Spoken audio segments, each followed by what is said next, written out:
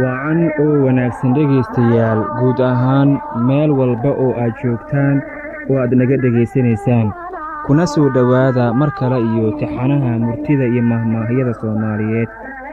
taxanaha murtida iyo mahmaahyada Soomaaliyeed waxaynu ku eegi doonaa murtida halkudhigeedu ay tahay saddex lagama kaco.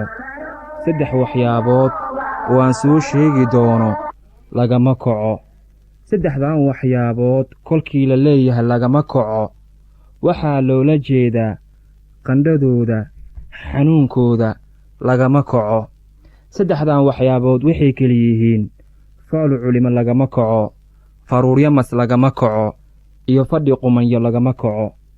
saddexdan dhibaatadooda haba raagtee dib bay ka soo baxaan. midda koowaad markaan macneyno murtidu waxay leedahay faal culimo lagama kaco. bulshada Soomaaliyeed waxaa loo kala saari jiray culimo iyo caamo. murti baa waxay leedahay culimmadu waa indhaha caamada, idoo indhahooduna waa aricad. murtidani waxay muujinaysaa in culimmadu waayadii hore ahaan jirtay hormuudka bulshada. dadku waxaa ka reebanaan jirtay waayadii hore in la dilo culimmadu ama la caayo. culimmadu waxyeelaynta loo geysto waxaa looga baqi jiray carro eebbe. si la isaga ilaaliyo cuquubadoodana lama dili jirin. haddaba faal culimo lagama kaco macnaheedu waxa weeye inkaarta culimmada degdeg ayuu alle u aqbalaa. qofkii dhib u geystaa waxaa laga asiibaa xubin aan laga kicin. magaca culimo ama aqoon-yahan wuxuu kulmiyaa wadaadka diinta yaqaan, gabyaaga aftahanka ah, dhakhtarka daawada Soomaaliga yaqaan. sidoo kale waxaa la yidhaahdaa abeeso yay dhul u eki kugu dilin, wadaadniyuu dad u eki kugu dilin. sidoo kale faal culimo lagama kaco waxaa lagu macnayn karaa culimmada had iyo goor hortooda hareerahooda waxaa fadhiya dad si ay cilmiga ay xambaarsan yihiin uga qaataan. si kastaba ha ahaatee il iyo inkaaro culimo laga gardaran yahay lagama kaco.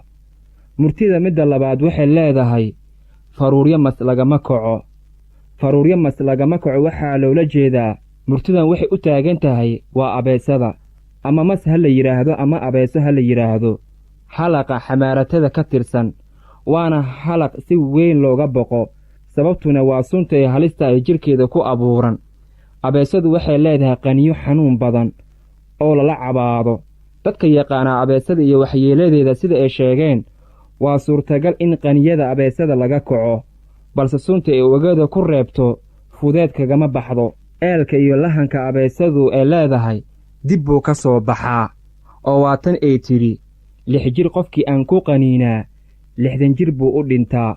si kastaba ha ahaatee faruuryo mas lagama kaco waxaa loola jeedaa waa halaq qaniyadii oo suntiisa dhibaato iyo dhimasho u keento qofka. murtida midda ugu dambaysa oo saddexaad waxay leedahay fadhi qumanyo lagama kaco. af Soomaaliga oo ah luqad hodan ah, fadhi qumanyo lagama kaco waxaa loola jeedi karaa qumayeysiga, cawriga, dhabateysiga, ilaacada, dhajiska. qaybahaas kala duwan oo qumanyadu ugu qandha kulushahay waxaa loo yaqaan fadhi qumanyo. qandhada iyo dhibaatada ay nolosha qofka u leeyihiin darteed ayaa loogu bixiyey fadhi qumanyo lagama kaco. sababta oo ah dhabateysiga qofka waxyeelo ayay u geystaa caafimaadkiisa, xoolihiisa, gabanyadiisa yaryar iyo aftahannimadiisa. Soomaalidu waxay aaminsan tahay in ilaacada ama dhabateysigu uu halis u yahay qofka uu Ilaahay u nimceeyey. xitaa neefka caanaha badan isaguna isha dadka ayaa ku dhacda, oo isaguna ma waaro oo farac dheer kama haro, mana bato ayay yidhaahdaan Soomaalidu. hase ahaatee culimmada sharciga islaamka siday inoo sheegeen ilaacada ama dhabateysigu waa arrin sugan oo suubanaha naxariis iyo nabadgeli korkiisa allaha yeelee laga wariyey. haddii ay jiri lahayd wax qadarta Rabbi ka hormara, ilaacada ama isha ayaa ka hormari lahayd. ishu waa wax jira oo dhibaatadeeduna sahlanayn, oo waxaa looga horteegi karaa in Ilaahay laga magangalo xasadka iyo shartiisa sida ku cad suuradda Al-Falaq. saddex lagama kaco waxay inoo tilmaamayaan saddexdan dhibaatada iyo qandhada ay leeyihiin in aan laga kicin. dhegaystayaal, taxanaha murtida iyo mahmaahyada Soomaaliyeed maantan halkaa ha inoo joogto ta intaa ku kulmi doono qayb kale.